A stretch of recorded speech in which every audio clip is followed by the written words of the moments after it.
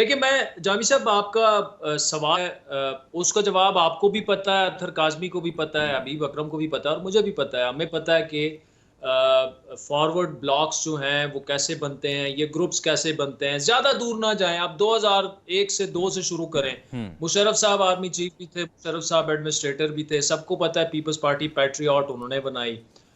बड़े अहम उन्हें उन्हें पता है कि मुस्लिम लीग नून के पतन से मुस्लिम लीग काफ जो है हम सबको पता है वो किसने बनाई। हुँ। तो ये मामलात जो हैं ये ऐसे ही होते रहते हैं और ये होना ही इसी तरह था। देखिए, एक तो मैंने आज पंजाब असेंबली के 2 एमपीएस से बात की जो ऑफ द रिकॉर्ड एक डिस्कशन थी। ऑब्वियसली उनका ताल्लुक किसी भी जमात से हो सकता है, लेकिन एक का उनमें मुस्लिम लीग नून से था। वो ये कह रहे थे कि 15 से 20 लोग जो थे पीटीआई के वो हमें मिसिंग मिसिंग से नज़र आ रहे थे। तो अच्छा। कुछ हो रहा था, कुछ हमें नज़र आ रहा था कि कोई ना कोई जो है वो कोई ना कोई कहीं न कहीं कोई किचड़ी पक रही है। लेकिन जो मरवत साहब बात कर रहे हैं, जहाँ तक हमने उसकी तस्दीक करने की कोशिश की है, वो बिल्कुल है। कुछ लोगों के केसेज़ हैं, वो उस हवाले से वो हैं। कुछ लोगों का है कि शायद उनकी जो है वो कहीं रिकाउंटिंग में उनकी सीटें जो हैं वो आगे-पीछे ना हो जाएँ। तो ये खदशात भी लोगों को हैं। लेकिन ये हमारी सियासी तारीख रही है और इस सियासी तारीख में जो है आप किसी एक सियासी जमात को ब्लेम नहीं दे सकते।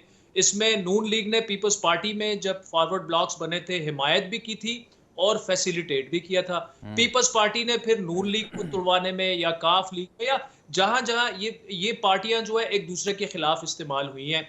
आज जो तहरीक इंसाफ पे अगर एक फॉरवर्ड ब्लॉक बन रहा है तो ये ऐसे लोग होंगे जो मौसमी परिंदे होंगे जो देखेंगे कि यार अब तो इलेक्शन 5 साल बाद होना है, हुँ। तो मैं क्यों अपने आप को मुकदमात बनवाऊं, मैं क्यों जेलों में रहूं, मैं क्यों अपोजिशन की सियासत करूं, मैं क्यों रिकाउंटिंग में कहीं आदिल इस साहब, बात के इम्कानात आपको तो आपको वाक़ई लगता है कि कि इस्लामाबाद बैठ के 5 साल बाद ही इलेक्शन होंगे? वस्त मुद्दती इलेक्शन का कोई अभी इम्कान नहीं है?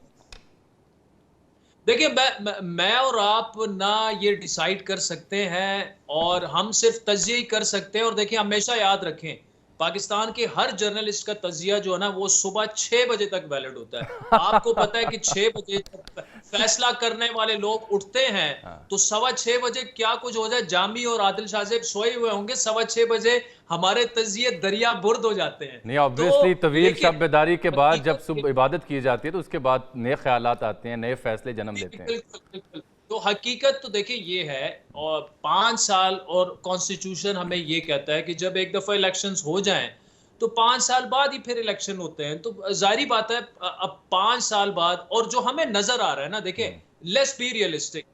पीटीआई जो है उन्होंने भी ज़्यादती की है और उनके साथ भी ज़्यादती हुई है। अगर हम ये कहें कि जी ये वन साइडेड जो है रियासत ने उनको काफ़ी कुचलने की कोशिश की है, उसमें भी वो भी हमें रिफ्लेक्ट हो रहा है। लेकिन जो पीटीआई ने किया वो भी किसी सियासी जमात ने रियासत के साथ नहीं किया। तो मुझे ये सारी चीजें अगर आप डॉट्स कनेक्ट करें ना, तो मुझे 2 से ढाई साल एटलीस्ट मौजूदा गवर्नमेंट जो है शहबाज शरीफ साहब जिसके प्राइम मिनिस्टर हैं, वो मुझे स्टेबल नजर आ रही है। हाँ, उसके बाद जो कुछ हो जाए वो हमें पता नहीं है, क्योंकि उसकी वजूहात अच्छा। बहुत ज्यादा है। एक तो पाकिस्तान की उस पे भी मैं इकोनॉमिक आता हूँ। स्टेबिलिटी है। वो इकॉनमी पे मैंने लिहाजा से आपसे तफसील से गुफ्तगू करनी है, लेकिन अतर साहब हमारे साथ आए हैं। अतर साहब, बहुत शुक्रिया, आपने डायरेक्ट लाइन के लिए वक्त निकाला।